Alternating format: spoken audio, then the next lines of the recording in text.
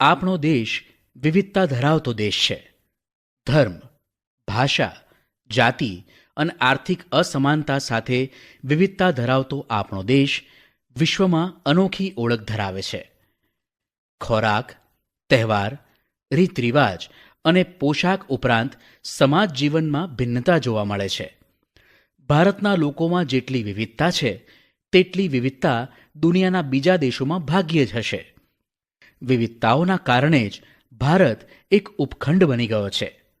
આપણા દેશમાં કાશ્મીરથી કન્યાકુમારી સુધી અને ગુજરાતથી અરુણાચલ પ્રદેશ સુધી પ્રજાજનોના રૂપરંગ, પોશાક, ધર્મ, ભાષા, ખાનપાન વગેરેમાં ભિન્નતાઓ છે. આપણા દેશમાં વિવિધ ધર્મમાં આસ્થા ધરાવતા લોકો રહે છે. હિન્દુ, ઇસ્લામ, ખ્રિસ્તી, શીખ, બૌદ્ધ, જરથોષ્ટી અને યહૂદી ધર્મ પાળતા લોકો અહીં હળીમળીને રહે છે.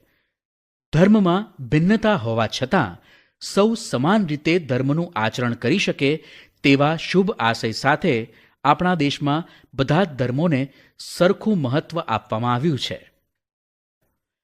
આપણા દેશમાં હિન્દી, અંગ્રેજી, ગુજરાતી, બંગાળી, મરાઠી, પંજાબી, તમિલ, તેલુગુ, કન્નડ, મલયાલમ, ઉડિયા અને કોંકણી વગેરે ભાષા બોલાય છે.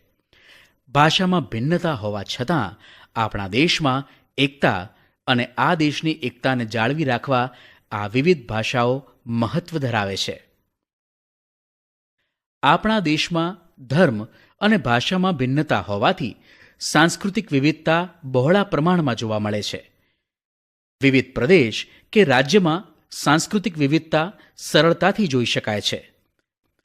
દિવાળી, હોળી, દશેરા, શિવરાત્રિ, ગણેશ ચતુર્થી, ઈદ, નાતાલ, રથયાત્રા, મોહરમ, બુદ્ધ જયંતી, મહાવીર જયંતી, ઓણમ, પતેતી, વૈશાખી વગેરે તહેવારો દેશના જુદા જુદા ભાગોમાં વસતા લોકો સાથે મળીને ઉજવે છે.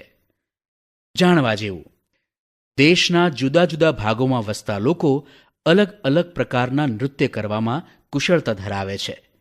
રાસ ગરબા ગુજરાત, ભાંગડા પંજાબ, કથક ઉત્તર પ્રદેશ, કુચીપુડી આંધ્રપ્રદેશ, કથકલી કેરળ, ભરતનાટ્યમ તમિલનાડુ, બિહુ અસમ, ઓડિસી, ઓરિસ્સા અને ઘુમર રાજસ્થાન વગેરે અનેક પ્રકારના નૃત્યો પ્રસિદ્ધ છે. વિવિધતાઓ સાથે પ્રજાના ખાનપાન, પોશાક, રહેઠાણ, માન્યતાઓ, રીત રિવાજ વગેરેમાં પણ અનેક પ્રકારની વિવિધતાઓ રહેલી છે.